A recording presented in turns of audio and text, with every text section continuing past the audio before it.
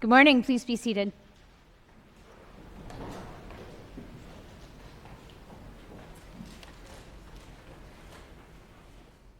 Friends, I was a bit of, I don't know, what is the saying? A fish out of water? Is that the right saying?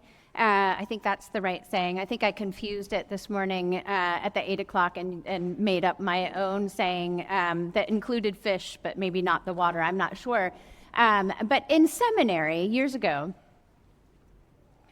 I always felt the fish out of water. I didn't say all the things that many of the new upcoming clergy would say. I didn't act the way that they often said, or they often acted. And there were phrases and there were things that people who want to become priests and are priests say and do that I told myself I would never say and I would never do. And one of those phrases that for whatever reason just irked me was, "Oh, that'll preach." And I'm gonna say it so you can understand it, because usually when it's just said, "That'll preach," which, "Oh, that will preach," is said. I'm looking at John in the pews, who is. How many times have you said that, John? Never. It's a thing, right? If you preach, if your vocation or your soon-to-be vocation is one of teaching and preaching Scripture, you're always, throughout life, looking for those moments, those idiosyncrasies, those signs, those strange little happenstance moments or sayings that all of a sudden grab you and you think, "Oh, I can build a whole homily around that," right? Which I understand. I do this all the time myself, but you can't have lunch with or go out with anyone who fancies themselves a preacher without just hearing the name or the phrase, "That'll preach." And it just drove me mad. And I thought, Kristen, Hawley, you are never going to say that out loud. Fancy that. I found myself saying it, not to someone in particular this week, but literally to myself, but out loud in my kitchen. And this is why. I like to get a little creative sometimes. And this year I decided to be creative with our nativity scene. So I took the nativity scene out, as one typically does at the beginning of Advent, and I began setting it up. And we always put the baby Jesus somewhere else in the house. Oftentimes I forget where I put baby Jesus, so if I even remember on Christmas morning to go get him, I can't remember which drawer I put him in. But I remembered to put the baby Jesus in the china cabinet. And I set up the rest of the nativity scene, but I left out the three kings. And I decided this year is going to be different. This year, I'm going to keep those wise men who have absolutely no reason to be at the nativity of Jesus Christ. I'm going to put them somewhere else. And so I thought I was crafty, and in the same room, but on the other side of the room, we have a very large wooden cabinet, and so I stuck the three wise men up there. And I thought nobody else is going to care about this, but for me, theologically, this is right and correct, and I'll move them along. Well, nobody paid attention and nobody noticed, except for the 7-year-old in our house, who woke up the next morning and came down and said, "Mama, did you put those kings up there so that we could move them right throughout Advent?" And I said, "Well, yes, George, I did," right? Score one for mom and priest, like he's paying attention and he knows that they don't belong in the creche. So, did we move them? No. Our magi, all three of them, spent all of Advent on the cabinet. They never moved. They didn't go anywhere. They just stayed there. And I would look at them every day and I would think, I should move them. And George would look at me every couple of days and say, "Mom, when are we going to move them?" But I would come up with all sorts of reasons why we weren't going to move them. right? If we bring them down, where are we going to put them? Like, there's so much Christmas stuff everywhere. There's no room for the wise men, and they're going to end up somewhere low, and the dog's going to knock them with their tail. I made up all sorts of reasons why our poor 3 wise men were not journeying, friends. They were just standing still on top of a cabinet. Until about 8 days ago. So you all might know that even though we are celebrating the Feast of the Epiphany today at St. David's, the actual feast was on Tuesday. So it was probably Sunday last that I got home and I thought, boy, I really do need to move those guys a little bit closer. And I took them down from the cabinet. But then some sort of shiny object, I'm sure, or some argument or a dog needing to be let out caught me literally between the 15 feet that it would have taken me to go from the cabinet to the manger scene. I stopped midway at the kitchen counter and just stuck them there. Guess where they are this morning? Still on the kitchen counter, right? But over the last week, these 3 wise men, these 3 kings, have been sitting amidst all of the flotsam and the hustle and the bustle of a very chaotic family, amid homework and glasses of wine and probably cleats and God only knows what else shows up on my counter throughout a week. And I was watching them and I thought, well, you're just journeying. This is fine, right? We're good. And I kept thinking, I will move them at some point. I will move them. And that some point never came around. And then Thursday, friends, I was cleaning for the cleaners. Do you, those of you who have somebody, are fortunate enough to have somebody come help you clean for you clean for the cleaners. And I cleaned all of the kitchen the counters. But I left. Why I didn't take them then, I'm not sure, but I still left these 3. So clean, everything's off the counter for the cleaners. And I come home and I stand in front of the counter. Now, freshly washed counter, everything smells great. And there are 3 kings sitting on my kitchen counter, but they're in this nice little semicircle, and they all look like they're peering at something. They're all looking down. And so I walk over, and the cleaners must have a wonderful imagination, or just theologically, they got it, because they're all looking at a brooch, like a brooch that my grandmother would have worn, that somebody this month found on something, and it's been kicking around my house for the last month. And it's a brooch that's probably this big, shiny, glittery, kind of a mismatch of like a star and a snowflake. And all 3 wise men are looking at the star on my kitchen counter in the wrong place, right? And I thought to myself, John, what did I think to myself? That'll preach. And I said it out loud. Friends, we are in the season of Epiphany. And thanks be to God, I still have a few more days that I can finally get those magi to where they're supposed to be. But I left them there, even this morning as I walked out, knowing that I was going to preach on them, so I could make the point to myself. Epiphany, remember, Epiphany is the day and the season carved out by the church to celebrate the revealing of God, right? Of God's self to the world. If you think about Christmas, Christmas is a celebration of the incarnation, God with us, right? Epiphany is a celebration of manifestation, of God made manifest to the world. So there's the great line that MK read in the second reading.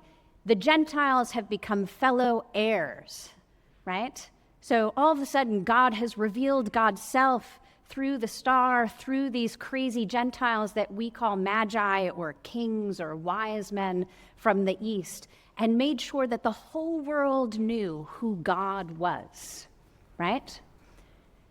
When we celebrate that, we get a little confused. And so we're going to walk through that just for a minute. In Christmas, those beautiful, blessed 12 days of Christmas, we stay rooted, for the most part, in one gospel. Does anybody know what gospel that is? That is Luke's gospel. Those are the angels and the shepherds and the straw and the swaddling clothes and all of the things that we sing about and we love and treasure about those 12 days. But when those 12 days are done and we hit Epiphany, there's like a big old boot kick and we fly into the Gospel of Matthew. Fred Craddock said, what was our math, Jordan? Do you remember? 353, thank you. I don't do math, so I had to rely. So Fred Craddock would say, I would give up all of the 353 days of Matthew if I could live eternally in the 12 days of Luke. We want to stay in the manger. We want to stay with the straw and the baby and the ox and all of the things. But the church tells us, no, you have to get out and you have to go on this other journey. And we're introduced to magi. We don't even know how many there were. It doesn't say in the text. And no one wants to be in Matthew. Do you know why? In the very beginning of today's gospel, somebody is mentioned other than the magi. In the time of King Herod. Do you know anything about King Herod? Not a nice guy, friends. Right? Caesar at the time said it would be better to be Herod's pig than to be his son. Why? Because he killed at least 5 of his own children, plus his most favorite wife. He was paranoid. He was a tyrant. No one wanted to be born in the time of King Herod. That was just a curse, being born in the time of Darth Vader, right? It was a bad thing, and it just got worse.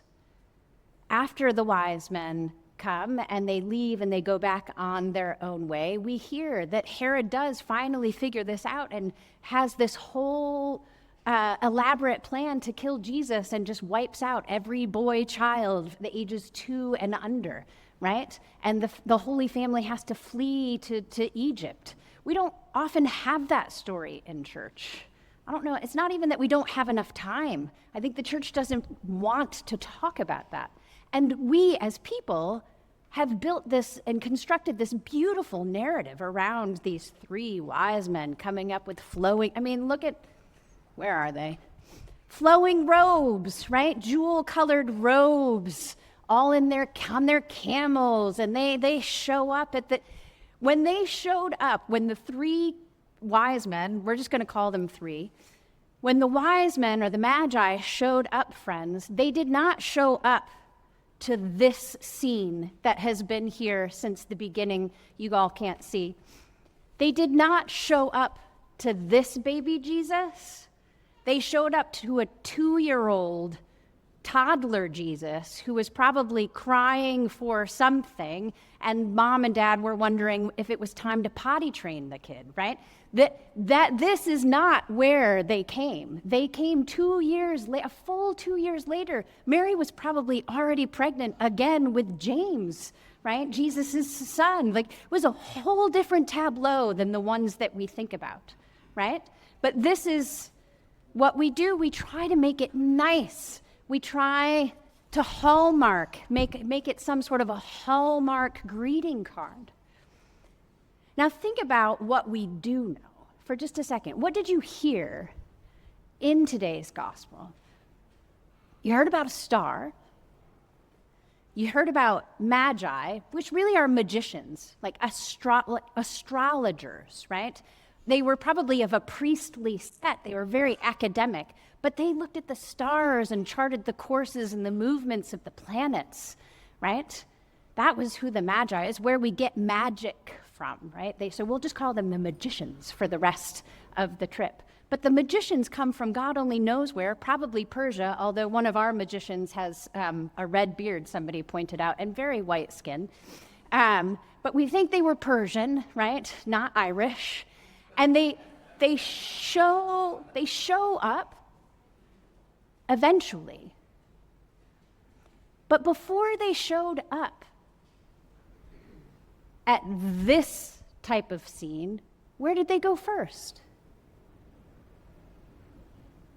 They showed up at the wrong place, friends. The wise men went to the wrong town. They went to the wrong place. They did all of their work. They were faithful men, we assume, because if they were women, they would have asked for a map. That's the joke that goes around every year. But they were faithful men, and they did their study of Scripture, and they did the looking at the signs, and they did all of these things, and they made their way. But then they put their maps away, and they said, well, we don't need ways anymore, because we know where kings are born. Kings are born in palaces, so that's where we're going to go. So they ended up in the wrong place, the worst possible place. Now, there were also kind of a priestly set there. We call them the chief priests and the scribes, but they were very similar to the magicians or the magi from the east, right? Just they were Jewish. And they too had been reading their scripture and going to church. And they too were on the look. And guess what? They actually knew where the Messiah was supposed to be born, right? So if the wise men come up and say, hey, where's the baby? And Herod says, baby, right? And gets very anxious. What do you mean? There's a new king of the Jews. And so he goes to his priests, and his priests look at the Bible and they say, oh yeah, sure, Bethlehem, 6 miles that way.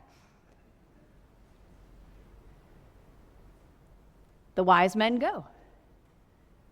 The chief priests and scribes and Herod don't. They stay in the palace. They had the coordinates, they had the destination, but they didn't go. Why am I telling you all of this? Life does not happen in a straight line. Faith does not happen in a straight line. These little guys teach us so very much, but far more about God and God's revealing self, that God did make it possible for them to find God eventually. They had to zig and zag and fall off a little waterfall and get back up and all the things, but they made it eventually. Why? Because God sent stars and dreams. God revealed God's self to them. God revealed God's self also to the chief priests and the scribes, but they didn't pay attention. Life is not a straight line. Faith, not a straight line. Not from A to B, not from B to C, not from so on and so forth. But if we stay faithful, if we continue to look for the signs, for God's revealing of God, the little Easter eggs all throughout life that sometimes present themselves in a person, sometimes present themselves in a song or a poem or a bird, whatever it is, that is what we'll preach in your life. Those are the little nuggets, the hidden revealing of God throughout life that will get us back on track. No one has a straight course. Even the wise men took all sorts of strange routes to get to where they were going. But friends, they did get there because they continued to course shift as they were shown the signs. So what is that saying? Not all who wander are lost. Go out there on this Epiphany tide and get a little lost, but trust that God is always revealing God's self to us, and God will eventually bring us to the right spot.